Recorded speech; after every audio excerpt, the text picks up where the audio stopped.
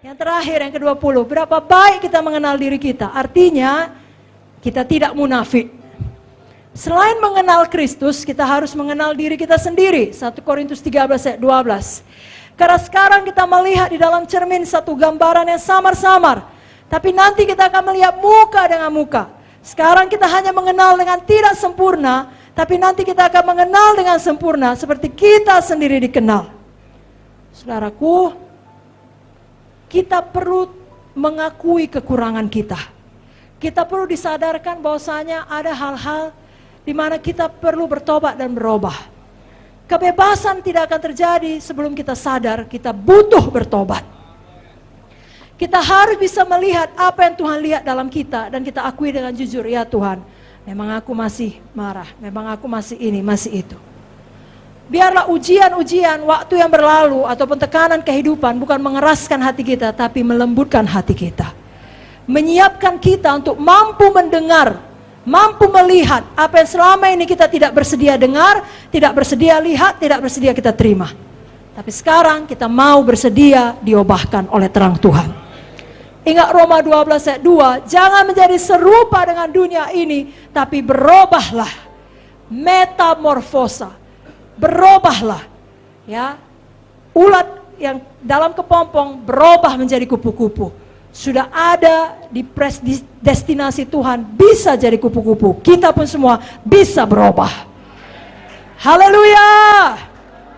Bagi Tuhan Yesus, kemunafikan itu adalah satu kebutaan. Matius 7 ayat 1-5. Jangan kamu menghakimi supaya kamu tidak dihakimi. Penghakiman yang kamu pakai untuk menghakimi akan dihakimkan kepadamu. Ukuran yang kamu pakai untuk mengukur akan diukurkan kepadamu. Mengapa kau melihat selumbar di mata saudaramu, sedangkan balok di matamu tidak kau ketahui?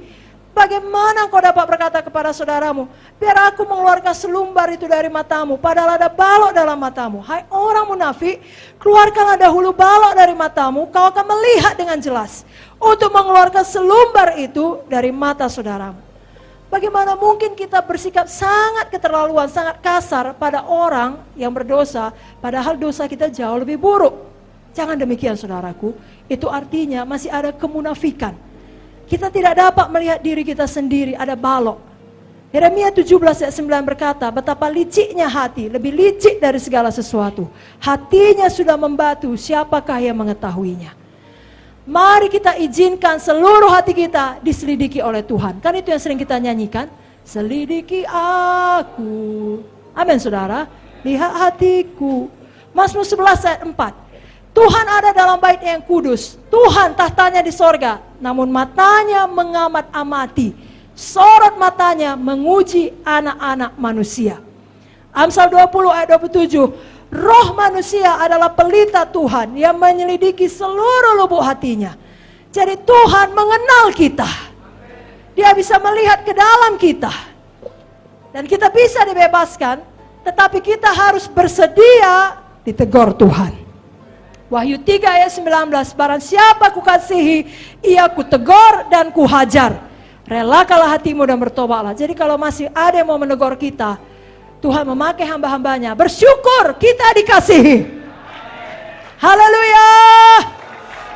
Dan kalau Tuhan terlebih lagi langsung menegur kita, mari kita mau. Jadi sehebat apapun kita, tetap ada bagian dari diri kita yang perlu kita bertobat. Biar kita tidak munafik, kita akui, dan kita berubah, kita terus bertumbuh. Roma 8 ayat 29 mengatakan, semua orang yang dipilih dari semula, ditentukannya dari semula, untuk menjadi serupa dengan gambaran anaknya Yesus, supaya ia anaknya itu menjadi sulung di antara banyak saudara. Menjadi seperti kau Yesus. Kehidupan Yesus, Zoe, dinyatakan dalam hidup kita. Adakah saudara diberkati?